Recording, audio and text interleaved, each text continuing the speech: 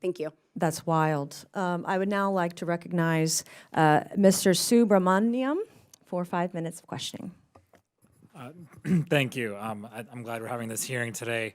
I actually had the chance to talk to an animal care program manager at a research facility, and he said something really interesting. He said the day we no longer need animals for research is the day we've succeeded as an industry. So I think what you're finding is that even the people who are employed to run these programs are starting to realize that we'd like to see a path to where we no longer need animals. And so I think that's really interesting. One of the things I would like to know, though, is how far away are we until the technologies can completely replace animals and we can still be on the cutting edge of science? You know, I'm an animal lover, I'm a vegan even. I very much support getting rid of animals in all testing.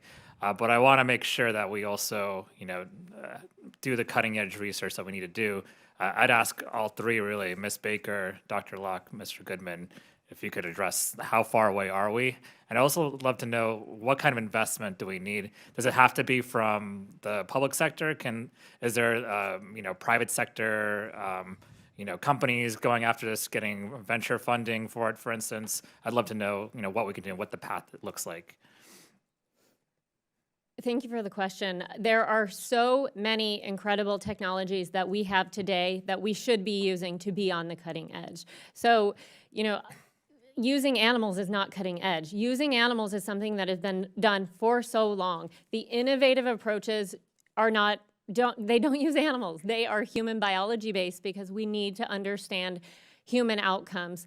If we want to talk about innovation, if you look to just take a look at any other industry. Look at the phone industry. What was a phone in the 1950s versus what it is today? What was a car back then versus what it is today? What is science doing back then? What was science doing back then versus what is happening today? A lot of the regulatory tests that are done are the same exact tests that have been done since the 1950s. So if we're talking about really being on the cutting edge, we absolutely have to be embracing and supporting and investing in these approaches. It's not just our federal government. There are many companies that exist today that have already developed these approaches.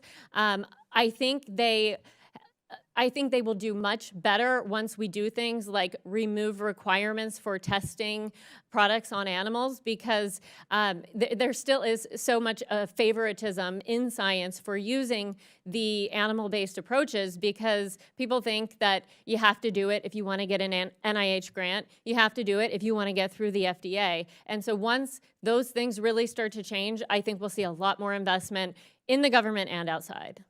And Dr. Locke, the same question. Yes, thank you for the question. The good news is that at least in one area, cosmetics testing, we are pretty much out of the animal testing business. If you look at other areas, for example, testing of environmental chemicals, drugs, and discovery, we're not there yet. How long is it going to take? I always like to say it's not a matter of if, but it's a matter of when. But no one's ever asked me to put a time on that, and I'm afraid I can't do that. I know what steps we need to take to get there, which are to really start to fund these technologies, to make sure that these technologies are valid, to get the federal government to really be very, very much of a leader in these. I do believe that we have an incredibly entrepreneurial private sector that is well positioned to be leaders in these in the world market. You're seeing all sorts of continuous funding of these from venture capitalists. You're seeing all sorts of use of these technologies in medical settings. There's a lot of personalized medicine that is being used. So the future is very bright. I think it's just really a matter of getting us on the right pathway to do that.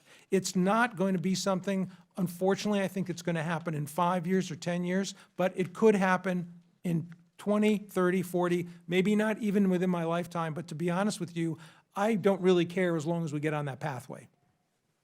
Mr. Goodman. I think I'm a little more optimistic. I mean, we could stop animal testing today. It's useless, it's misleading us, it's causing us to waste billions of dollars every year, decades of time and energy, and very smart people. These are some of the smartest people in the world.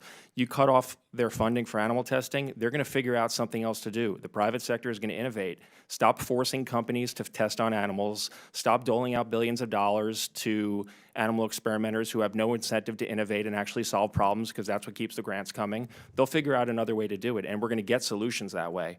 The EPA is a great example. I know my time's up, but the EPA set a timeline in 2019. The Trump administration said by 2035 we're going to phase out all animal testing, which was great. It was lauded by Republicans, Democrats, everyone across the spectrum thought it was a great idea. Within months of that, within months of the Biden administration taking over, they killed that plan to phase the timeline to phase out animal testing at the EPA because environmental groups pushed them to do it, saying that it was an environmental justice issue, that we needed to do more animal testing, not less, which is ridiculous.